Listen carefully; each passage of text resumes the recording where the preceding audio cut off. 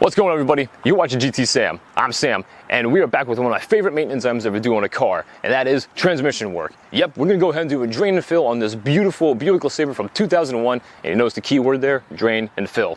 We have the OEM fluid, we have the OEM gasket for it too, and the filter. So we're gonna just roll right into this and get going. I'm gonna show you how to do that, and the best practices and hacks and how-tos to work on this. So let's go ahead, jump right into this right now. So most of you may have not known, but I had an Oldsmobile 1999 Delta 88, and it's pretty much the same exact engine and setup as this beautiful Buick right here. Let me show you. 3800 Series 2 V6, bulletproof, amazing engine. But with that, we gotta remove that, and not too much going on here. But we have to just go right back here, as this is where we're gonna fill the transmission fluid, right where this red dipstick is. Let's go ahead and check the fluid real quick. Everything's all nice and hot, but we can kind of see it's pretty brown. Yeah, there you go. Brown. It was a good level, but brown. And if I smell it, yeah, it's well used. So I'm gonna take care of that, not make it well used anymore. All right, so first things first, go ahead, put your e-brake on, shock your wheels, then we're gonna jack up the vehicle, and I'll show you where the transmission pan is. It's not too bad to get to. Get a couple 10mm bolts, and we'll be on our way. Once you come under here, and you go ahead and jack up your spot here, we have my jack stand right back here. We can go ahead and look up. We have oil pan, then right back here, it's a transmission pan. So as you can see, we have a bunch of small bolts, and those are, got our 10s all the way around. So what I'm hoping to do is I'm going to drop this side first, we're going to drain the pan, then we'll take off the rest of the bolts once it's all kind of drip dry. But my plan, have a bunch of paper and cardboard around, this is going to be crucial. Trust me, anytime you do transmission drain and fills, there's always going to be some kind of drip or leak, so always be prepared. Have a couple of like towels or rags with you too. If you need to, you bring them by hand first, and then use your little drill to get them out. Or we might be lucky enough to just use the drill. It won't be too much of an impact.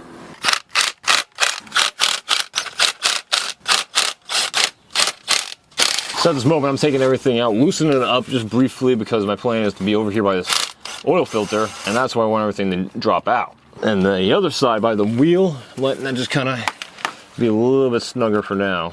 We're starting to kind of see some fluid seeping out of holes here. Oh, there it is. Ha. The plan is working well. And the cardboard is in action very nicely too. Yep, there we go. All right, cruising. All right, that's good enough for me. That's a great flow, and we do not have complete destruction. Nice. Everything is contained right in this bowl here, so I would say that's your best bet right there. Go ahead and barely start loosening up here, then get pretty much about like here over that way. Take all the bolts out, and then you get a result like this. Because if you start loosening all the other ones up, then it's going to leak out everywhere. We don't want that for anybody anyway. Anyhow, it's nice and brown, as we can see here. Which is fine, we expected that. The drip has slowed a little bit, but let's see if we can speed it up. All right, you give it a little push. Nice. A little hot. So if you want to make it a little bit faster, I use my fingers, just kind of pull on the lip here, get a good flow going. I loosened up maybe about 3 or more bolts, it took some more out, but I didn't go all the way around once again to try to contain everything. So probably get like a little tool or honestly a screwdriver, give it a little leverage just to kind of dump more of this out. There we go.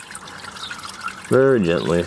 Behold the smart way to drain the fluid out of here. So we're pretty full on this. It's not a full 7 quarts, but that's a lot. So I'm gonna go ahead and dump it off into my big old paint bucket here right now.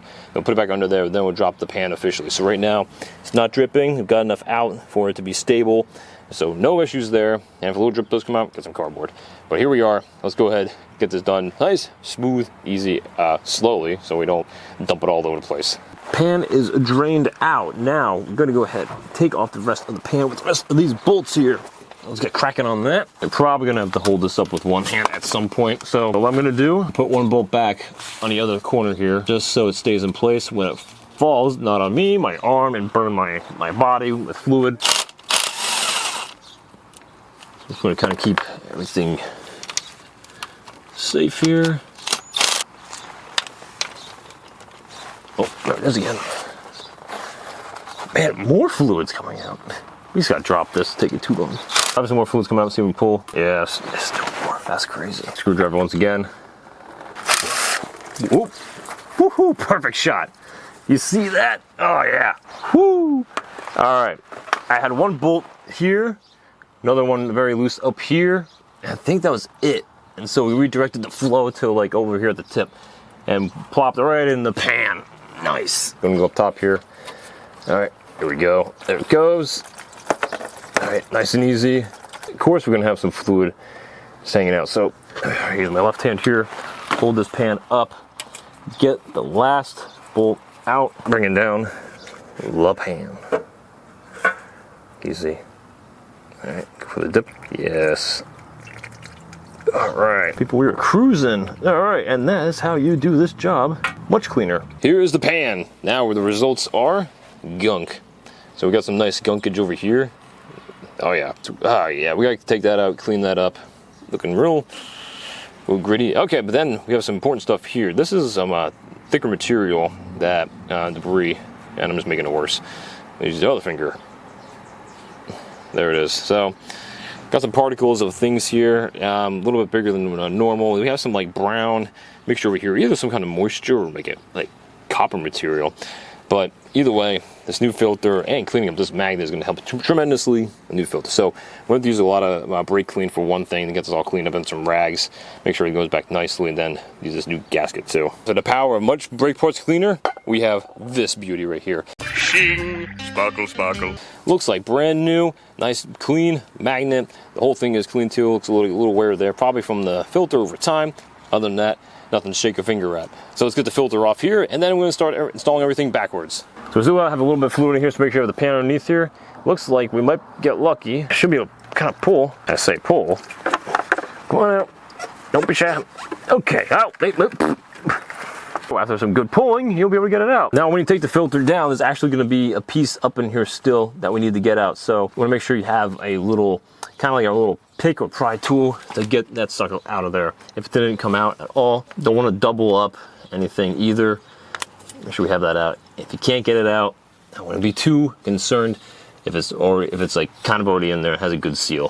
Filter is out, and as we can see, we got a lot of shimmeriness of like, it's almost like this copper stuff again. So right on top of there. It's all sitting around the edges here, so good thing we're replacing this too. So there's a rubber gasket that kind of sits around the top there. You will probably get one new with your filter. If you cannot get it out of your transmission, that is okay. And then you can put a new filter in and it will sit just fine. If you can get it out, great. If not, don't worry about it. Our spot in question is in here. Now I got this pick. I'm gonna go ahead and try and get our rubber tube out here. Don't want to mar up anything else though, so just be careful when you're pulling this out. So we all cleaned up here, and you get a little fluid on the tip here where this it goes into the seal inside the transmission here. So let's put it in as we did before. Should be able to pop it in. I say should. Might need some convincing. If you need some convincing, go easy. Filter is in. Pan ready, gasket is here. Now, in some of your kits or something you might buy, you might get some flimmy, little rubbery thing like that. But no, this is, as you can see, sturdy, rock solid. This is genuine GM gasket right here. Has the metal into it, so we fit and form for it perfectly. And we still have the GM pan. So everything should bolt up excellent. So we should be able to line it up, start putting our bolts in by hand just to kind of set everything in place. And then we kind of zip them in, not too tight. Then we'll torque them out down to spec. These are 10mm bolts. You don't want anything too crazy. Don't want to go hard on it. You don't want to snap anything off. That's the last thing we want and need. So we're going to go ahead and do it in a specific order for the tightening sequence. So pretty much be from like one edge to the other and then going real loose with it. So I'll go ahead and post on the screen here right now of the direction we want to go for tightening everything and what spec it is. We also cleaned up all around the edges there too. So here we go. We should everything nicely in place. Hopefully everything stays. Just gonna hold it here. Get a couple of these going.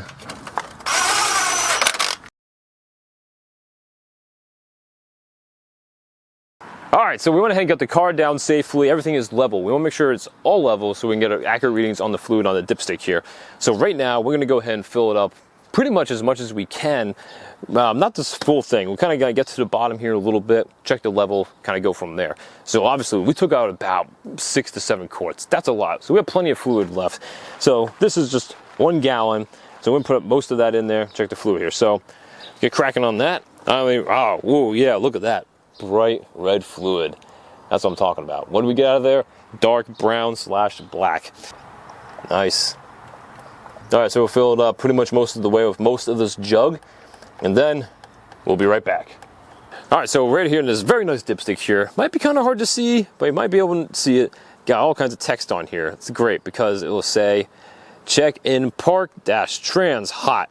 Engine and idling, vehicle level, use Dexron 3 fluid only. Well, we're using Dexron 6 because we've now advanced in 26 years. Yeah, so now we have some really good fluid. But it even says like max operating level when you're in between here. So let's see what we have for just cold level. All right, looking pretty good. So we're kind of at the bottom dot right there. So I'm gonna go ahead and give it a little bit more. And then we're gonna go ahead, start this up, idle it, make sure it's hot, and then we'll turn it off, and then we'll check the level again. Make sure we get everything through the systems here, just make sure everything is accurate.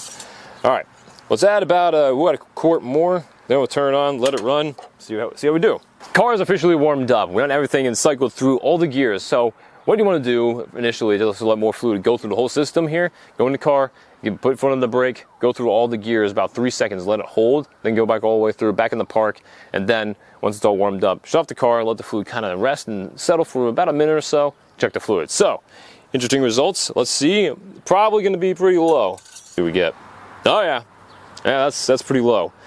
So yeah, we were looking probably about two quarts maybe. I mean pints. Pints? What's that quart? They say pint in liters. Okay, yeah. So yeah, okay, it's quarts. All right, it's like a quart or two. All right, let's go ahead and put another quart in there. That's why we got these little bottles too. After we put the whole big bottle in, now we got the small ones. So got a few of those hanging around. So at this point, we got a whole gallon, and then I got 3 of these just in case. So I have a little bit extra later on. You never know. So let's go ahead and dump this in here. That should probably make us right about in the middle of where everything needs to be. They say pint. How much is a pint? They got pints on here? No, they got quarts. Who uses pints? Give this another go. All right, we're gonna let that warm up again, cycle through. We got a good bit on there now. We'll start up the car again, let it just roll through, and then we'll see how it does. So we're gonna go with the old-fashioned method here of this 2001 dipstick and read what it says here. So it says, check in park, trans hot, and then engine idling, and do exactly that. All right, so we're pretty much got a lot of fluid in there. We check it, yep, and still the same results really. So we already put a lot of fluid in there, but see, it says right there we have to add more. So crazy, but yeah, we gotta add more because honestly, we only put about almost 6 quarts in at this point. We took out about 7. So we've gotta add definitely some more. You can't always take some out, but you can always put more in, right? Once again, I didn't put the whole bottle in. Let's go ahead and check this again. It's looking a little bit better. Let's just do a double check here. Still not full. I think we're officially ready now. Almost 7 quarts of fluid. Let's go ahead and check it again. Oh yeah, that's looking real good. See faintly, we are just almost at the top. So that's just about like perfect. I might put one little splash in more, and then we'll be good to go. We ain't coming back doing this again. I like it. Yep, once again, we are just like perfect at the level there. I like it, not too high, not too low, just perfectly right in the middle there. So I'm closing this up. I think right now, what we gotta do, go out, take it for a test drive, see how it does. Fluid level is perfect, and we went ahead and took it out for a drive, and guess what? Perfect shifting. So there we have it, everybody. That is how to change the transmission fluid, filter, and gasket on a 2001 Buick LeSabre. And so, if you have any questions or comments about this, guys, go ahead and leave some comments down below. And if you need help with anything, go ahead and leave something there. I'll be more than happy to talk to you about it. But that is it for today. Thank you so much for watching. If you enjoyed today's video, make sure you hit a thumbs up right there. Make sure you subscribe for more content down below, quite like this and much more. Also, if you want some cool shirts, definitely not like this, and want to support me, go ahead and check my link down below to buy some merch with some swanky, cool, fun, long sleeve shirts and some t-shirts as well. And for all the fluids and tools that we used on this vehicle in this video today, have all the links listed down below. And if you feel like buying something like what we used here today, a little bit of percentage goes back to me. Help me out, and I really appreciate it. But guys, thank you again so much for watching. This is GTSam. I'm going to catch you next time. Wait. Oh, wait. Let's film this. Ow! Beat myself up. Roll 'em. Nice. Did I leave it? Hey, where'd I put it? Put it back in here? Oh, I did put it back in here. Yeah, there it is.